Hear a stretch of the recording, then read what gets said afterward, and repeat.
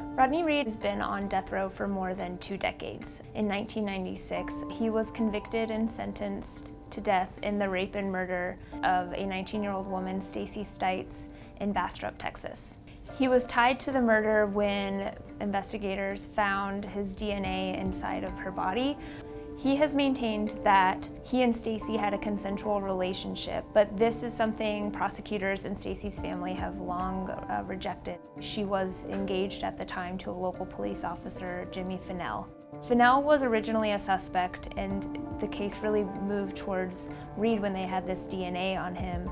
There are a lot of people, including Reed's lawyers, who have argued very loudly that Reed was, at least in part, convicted of this murder because he is a black man and Stacy was a young white woman, and this was rural Texas in the mid-90s, and that wasn't something that you saw very often.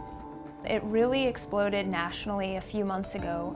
What's happened now is he had an execution set for Wednesday, November 20th, and it was stopped the Friday before by the Texas Court of Criminal Appeals. This was amid a very large outpouring of national support.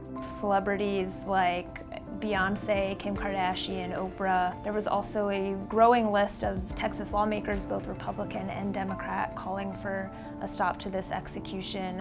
What had happened was his attorneys have been bringing forward more and more new evidence that they claim points more towards Jimmy Finnell and away from Rodney. The Texas Court of Criminal Appeals has sent it back to the trial court. So there will be a lot of new evidence that's reviewed in the court, things like new witnesses that can corroborate that Stacy and Reed were together. There are some witnesses who claim that Jimmy Finnell, her fiance, was threatening towards Stacy, or one man who said that he confessed to him that he had killed his fiance.